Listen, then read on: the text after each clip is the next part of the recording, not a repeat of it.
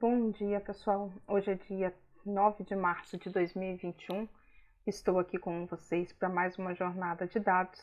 Hoje vamos falar dos KPIs da indústria de cosméticos. Para quem ainda não me conhece, eu sou a Cintia Esteves, mineira de nascença, paulistana de coração. Já estou aí há mais de 3 décadas no mundo da tecnologia. Já atuei como desenvolvedora, como programadora, como analista de sistema, líder técnica. Atualmente eu sou coordenadora de BI de uma startup e já atuo aí há mais de 20 anos no mercado de dados, especificamente com BI e um pouquinho também de Big Data. Começando aí a falar dos principais KPIs do mercado de cosméticos, a gente tem aí novamente, da mesma forma que a gente viu na semana passada, a questão do market share, que é a fatia de mercado que cada uma das empresas tem no mercado. Diferente do que a gente falou na semana passada, quando a gente fez análise dos principais KPIs de telecom, quando a gente fala do mercado de cosméticos, o número de empresas que participam desse mercado é absurdamente maior quando a gente compara com o mercado mais fechado, que é o de telecomunicações. Então, vocês veem aí nesse gráfico de market share que a gente tem aí muitas indústrias, e isso é um complicador na hora da gente gerar o gráfico, que se a gente for colocar todo mundo, o gráfico vai ficar aí de uma forma que a gente não consegue interpretar. Como a gente trata isso? A gente coloca as 10 principais, as indústrias mais expressivas, as companhias mais expressivas, e as demais a gente aí faz a consolidação colocando como outras. A gente percebe aí pelo market share que o mercado aí de cosméticos, 30% do mercado são de indústrias menores que não compõem aí essas 10 principais indústrias. O gráfico que eu consegui, ele não está atualizado com os últimos anos, mas ele dá uma visão bem clara aí de como está o nosso mercado de cosméticos. Para vocês terem uma ideia, ano passado, durante a pandemia, foram registradas mais de 205 novas indústrias nesse ramo. Então, é um crescimento de 7%, apesar da pandemia. Então, o volume de indústrias nesse segmento é bastante expressiva. As fontes estão aí no rodapé para quem se interessar mais. Continuando aí no market share, além da diversidade de produtos que a gente tem, a gente pega aí absorventes, batons, sombras, maquiagem em geral, base, rímel e tudo isso. A variedade é muito grande e a granularidade desses produtos também é grande. Qual é a diferença disso? A variedade são especificamente os produtos. Batom é um produto, sombra é outro produto, blush é outro produto. Então a gente tem muitos produtos para fazer aí a comparação quando a gente faz uma análise de market share. Só que a gente também tem uma granularidade muito grande, porque quando a gente fala em batom, a gente tem batom mate, batom cremoso, batom líquido e por aí vai. Então a variedade dele é muito grande. O aconselhável para fazer uma mensuração de market share é agrupar ou por segmento ou por produto. E a gente também já tem as segmentações padrões, que são volume de revendedoras que a indústria tem, a receita bruta, a receita líquida, a área de atendimento dessas revendedoras. E aí eu listei nessa tabelinha aí os principais segmentos de produtos que a gente tem aí quando a gente fala de indústria de cosméticos e cuidados pessoais de uma forma geral. Um outro indicador que a gente tem que acompanhar bastante também na indústria é a questão da qualidade do produto. Então, o que acontece? Eu vejo o percentual de perda que eu tenho. Então, o percentual final é o de perda e a diferença dessa perda aí é a qualidade. Por exemplo, o que eu preciso ter? Para cada mil batons fabricados, qual é o percentual de perda que eu tenho e qual é a percentual de qualidade que eu tenho desse produto. Nesse caso que eu coloquei do slide, se eu tiver uma produção de 1000 batons e eu tiver 50 batons desprezados por algum defeito, eu tenho um indicador de qualidade de 95% na minha produção e eu tenho um indicador de perda de 5%. Então a gente tem que perseguir aí esse indicador para a gente minimizar essa perda, porque quando a gente fala de 1000 batons 50, imagina uma produção de uma indústria grande aí esse volume vai ficar bem expressivo no final do mês, quando a gente considerar só as perdas. Outros indicadores que a gente tem que avaliar é o indicador de capacidade.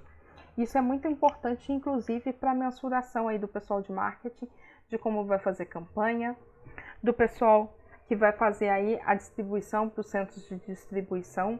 Então, essa capacidade que a gente tem da minha fábrica, qual é a capacidade que ela tem de produzir, eu tenho que pensar, tá bom, em uma hora, uma máquina determinada X ali, qual é a capacidade que ela tem de produzir? Não adianta eu injetar no mercado uma campanha de marketing com estimativa de venda de 500 mil batons, se a minha fábrica só tem uma capacidade de produzir 100 mil batons por mês. Eu vou acabar dando um tiro no pé e vou gerar aí uma imagem negativa para a minha marca. Então, eu tenho que acompanhar esse indicador de qualidade também. Paralelo a esse de qualidade, não, desculpa, gente, de capacidade. Qual é a minha capacidade produtiva? Paralelo a isso, eu também tenho que saber qual que é o indicador de ociosidade da minha máquina. Algumas empresas, elas optam por definir esse indicador de capacidade já incluindo a ociosidade da máquina dentro dessa capacidade. O que significa isso? Eu posso fazer uma mensuração que em uma hora de produção eu consigo produzir 1000 batons e depois eu preciso de 10 minutos de ociosidade dessa máquina para fazer a limpeza, para a retirada do produto e deixar a máquina zerada para eu colocar um novo produto aí em linha de produção. Essa é uma forma, eu meço a capacidade e a ociosidade. Uma segunda forma que algumas indústrias gostam de fazer é o quê? Eu colocar esse indicador como único. A minha capacidade já inclui a minha ociosidade embutida. Então, quando eu falo em uma hora, em vez de eu produzir 1000 batons, eu vou produzir 950, porque eu preciso liberar a máquina não em 60 minutos, mas em 55, porque eu preciso de 5 minutos de ociosidade para limpar a máquina e deixá-la pronta para uma próxima linha de produção. Por que existe esse diferencial? Porque às vezes o cálculo fica um pouco mais fácil. Porque se eu fazer o meu cálculo em horas fechadas, eu sei que das 7 às 8 eu tenho um produto em linha de produção, das 8 às 9 eu tenho outro produto em linha de produção.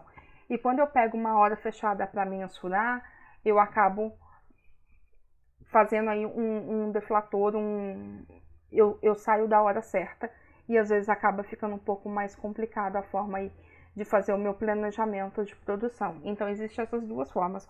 Ou a pessoa simplesmente fala, olha, vamos fazer a mensuração aberta e a gente vai reduzir o tempo de produção para já considerar o pacote aí de uma hora para mensurar, tá bom? São essas duas formas que a gente tem aí de fazer esse acompanhamento. E nós temos também indicadores de eficiência. O que são os indicadores de eficiência? Eu listei 3 indicadores aí, que é o on-time delivery, que é a entrega dentro do prazo. Esse indicador, ele simplesmente mensura se o pedido que eu fiz, seja via e-commerce ou se eu sou uma revendedora, se o pedido que eu fiz, ele me foi entregue dentro do prazo estimado. Única e exclusivamente isso. Ele não verifica se chegou com avaria, se o produto chegou certo ou qualquer outra informação. Ele só verifica. A Cíntia fez um pedido no dia 10 e o prazo de entrega era até o dia 20. Ela recebeu até o dia 20? Sim, recebeu. Eu flego o meu on-time delivery como verdadeiro. E se eu não recebi, ele extrapolou, eu coloco lá o on-time delivery para ele como falso. E aí eu vejo o total de pedidos que eu tive naquele período e vejo o percentual que foi entregue dentro do prazo estimado e o percentual que foi entregue fora do prazo estipulado, para eu fazer o estudo para entender o que aconteceu. Um segundo indicador que vai apoiar o on-time delivery é o indicador de ocorrências. O que significa? De cada 1000 pedidos que eu tive, quantos pedidos que eu tive e aí abertura de alguma ocorrência para a companhia. Seja por avaria no pedido, por atraso, por troca, por devolução, por qualquer outro motivo. Então, eu vou saber, de cada 1000 pedidos, eu tive 950 entregues dentro do meu prazo de entrega, 50 com problema. E eu tive abertura de 100 ocorrências. Aí eu vou fazer a avaliação. Essas 100 ocorrências, os 50 que chegaram em atraso, tá de acordo aí com a minha... os 50 foram por causa de atraso? Porque às vezes a pessoa recebe em atraso e para ela tá tudo bem. E um último indicador que eu coloquei aí é o tempo do ciclo do pedido. ele acaba compondo um pouco a parte do on-time delivery, mas ele olha o bloco todo. Por quê? Porque o on-time delivery, ele só aponta para mim, o pedido foi entregue fora do prazo. Mas o pedido foi entregue fora do prazo por quê? Porque quando eu fui fechar minha caixa, estava faltando produto, e aí eu deixei para fechar a caixa no dia seguinte. Ou não, foi o meu fluxo de pagamento, que eu fiz um pedido e fiz o pagamento por cartão. E eu tive algum problema no meu sistema que só processou esse pagamento no dia seguinte. E aí o meu pedido só entrou aí na camada de separação do dia seguinte, não no dia do pedido. Então, esse tempo do ciclo do pedido, eu vou quebrar o meu pedido em cada uma das fases que ele passou. Então, eu tenho o recebimento do pedido, a aprovação do pedido, a separação do pedido, um encaminhamento para a logística e depois a entrega propriamente dita. Então, quando eu junto essas três informações para ver o que está acontecendo. Um outro ponto muito importante, o tempo do ciclo do pedido, eu posso utilizar ele para ver onde está a morosidade do meu pedido. Às vezes eu tenho um prazo de entrega de 5 dias úteis e eu estou percebendo que a separação do produto está levando 2 dias. Então eu sei que eu preciso ter um plano de ação nessa separação do produto. Então esse tempo de ciclo do pedido, ele é muito importante. Dos KPIs mais importantes que eu passei são esses.